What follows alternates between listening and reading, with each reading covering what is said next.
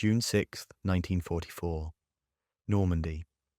The first wave at Utah Beach landed over a mile off target. A catastrophic mistake. But one 56-year-old general with a cane made a split-second decision that turned disaster into D-Day's greatest success. This is the story of how landing in the wrong place became D-Day's greatest success, and how a split-second decision turned a catastrophic mistake into the most successful beach landing of the invasion, right here on Utah Beach. The story of their triumph begins with a plan of almost impossible odds. Operation Overlord was designed to smash through Hitler's Atlantic Wall. Utah Beach was a late but vital addition to the plan. Its objective was to secure a launch pad on the Cotentin Peninsula to capture the deep water port of Cherbourg. Without Cherbourg, the massive Allied army would be strangled, starved of the supplies it needed to push into France. The job fell to the American 4th Infantry Division. They were well trained, but they had never seen combat. Their attack was set for 6:30 a.m., when the low tide would expose the deadly German beach obstacles. The German defenses were manned by the 709th Static Infantry Division. While they weren't an elite unit, the landscape itself was their deadliest weapon. The Germans had deliberately flooded the fields behind the dunes, creating a massive water barrier. The only way inland for an army was across 4 narrow, heavily defended causeways. The German plan was simple and it was deadly. Let the Americans land, pin them on the beach, and then obliterate them with pre-sighted artillery as they tried to funnel through the causeways.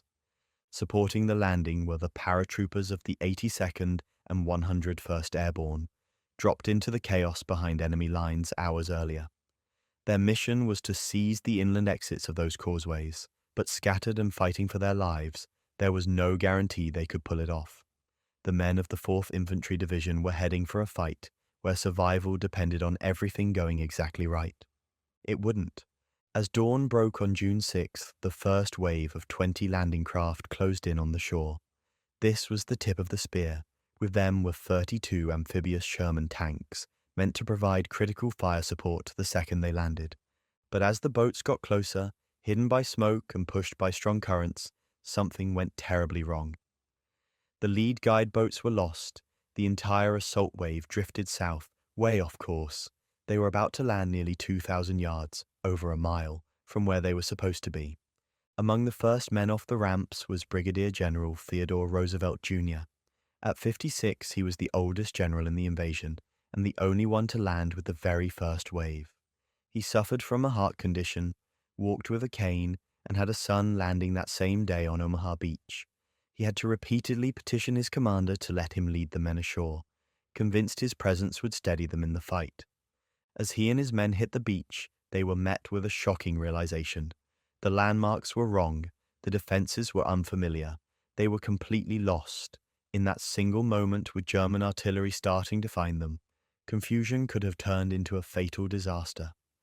Assessing the situation with his pistol in one hand and his cane in the other, Roosevelt personally walked the new beachhead to figure out where they were. He made the decision that would define the entire landing. Instead of trying a costly, chaotic move back to their original target, he declared, "We'll start the war from right here."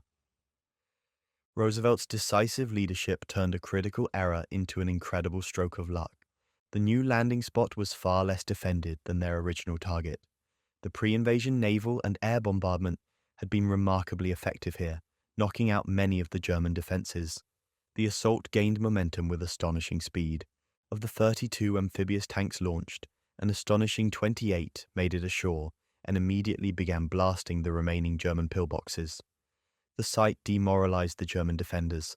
As more waves of men landed, engineers blew gaps in the seawall and cleared obstacles, opening a highway for thousands of troops to pour inland. With the beach secured, the infantry pushed toward the causeways. By mid-morning, they linked up with the paratroopers of the 101st Airborne. Despite being scattered all over the countryside, the paratroopers had done their job and secured the inland exits.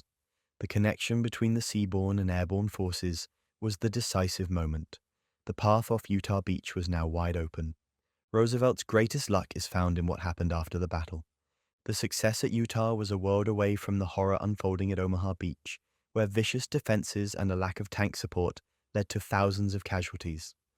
By the end of D-Day, out of more than 21,000 men landed at Utah, only 197 became casualties.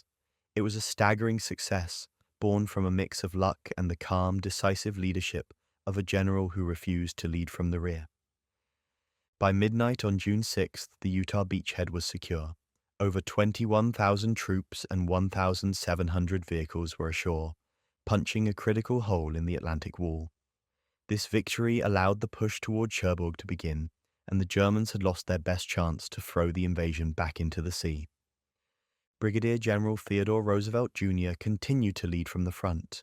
His story, however, ends with a quiet heroism. Just over a month later, on July 12th, he died of a heart attack, a condition he had hidden from Army doctors. He was posthumously awarded the Medal of Honor for his actions at Utah Beach. General Omar Bradley would later call his leadership that day the single most heroic action he had ever witnessed. The seizure of Utah Beach is a masterclass in turning failure into victory. It's a powerful reminder that in war, plans are just the beginning. It's courage, initiative, and the ability to adapt under fire that ultimately turn the tide of battle and change the course of history.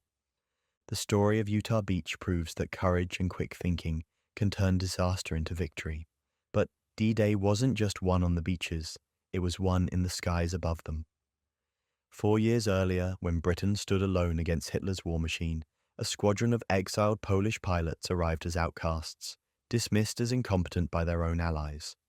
Forced to ride tricycles around airfields while the RAF burned, these misfits would rack up more kills than any other squadron in the Battle of Britain.